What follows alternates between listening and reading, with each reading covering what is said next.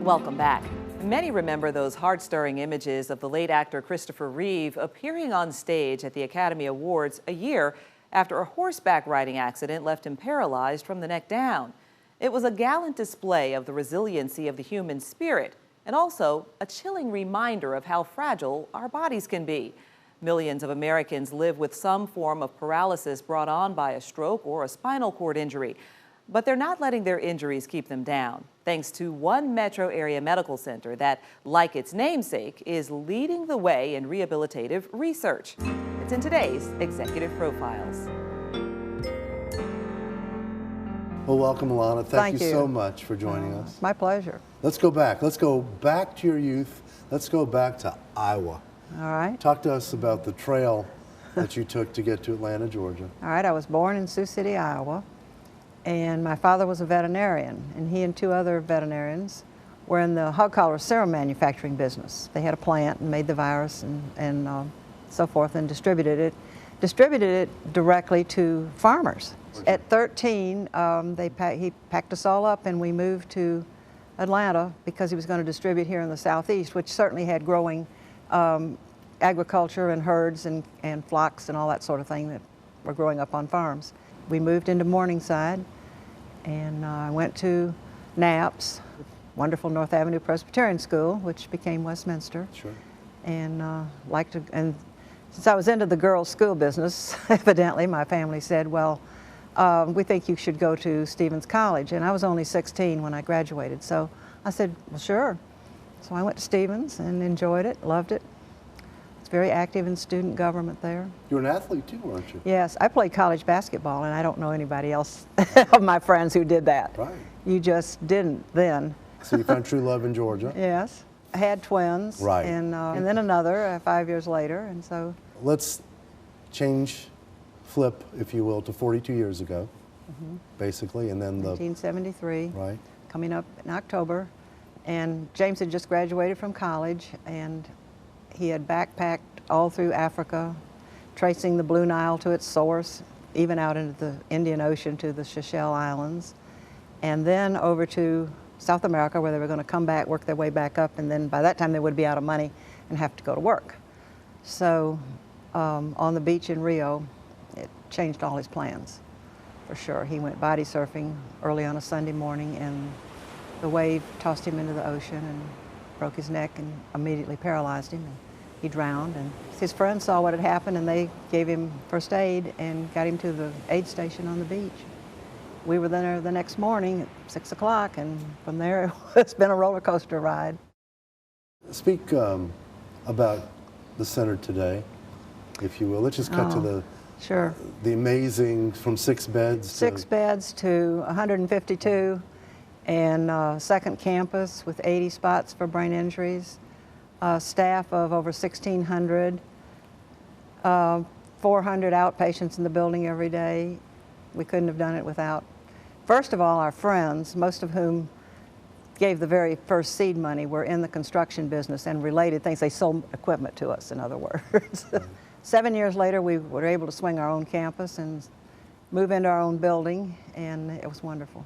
People know the core of what you do, but there's so many other aspects that I want to talk about, and it's everything from the technology innovation to the services you provide for wounded veterans. Could you speak to those areas? Well, we're really proud of our military share initiative. Right. That was Bernie Marcos' idea, and he asked us to please consider starting it, and when your major donor says, would you consider it, you do. And so we set up a program, and it's just been very successful. We're very proud of the fact that these men and women stay with us 2 to 3 months and live in our housing and really make a success of their lives. Last year we put 12 back into the workplace and 12 back into school.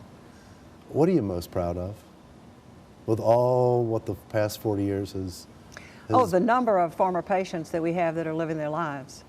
I think that is the thing that just makes you feel so good to know that in spite of what's happened to them, they have joined back into their communities with full force and are leading active lives, and for the most part very happy lives. Most of them are very well adjusted, and and some of them are really profoundly disabled. Right.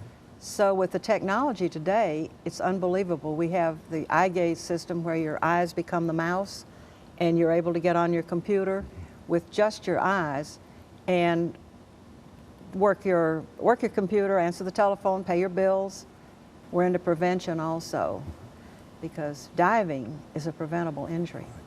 When you dive, you break your neck usually, and it not only affects your life, the life of your family, most of all, some teenage kid's mother. It changes her life forever.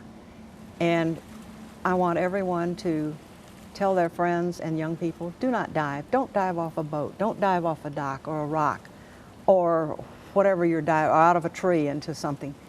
It's a preventable injury. No diving. What are you excited about moving forward with the center? The technology that's coming down and the research. We have about 80 research projects going on and 35 people in the research department.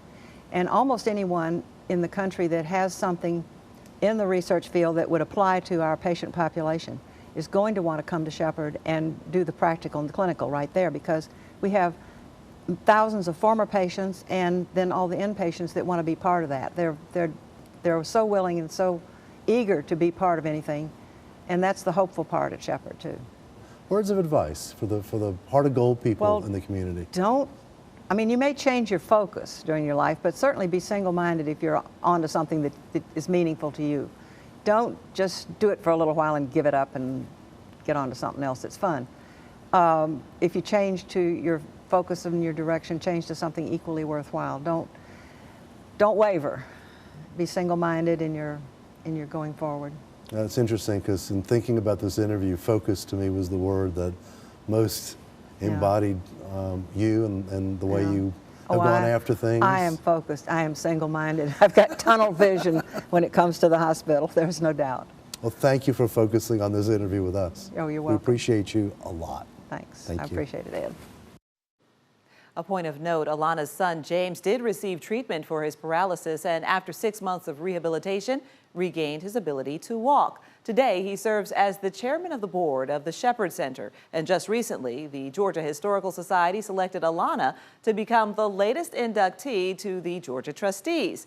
The Historical Society chooses Georgia residents who have impacted their communities and the world.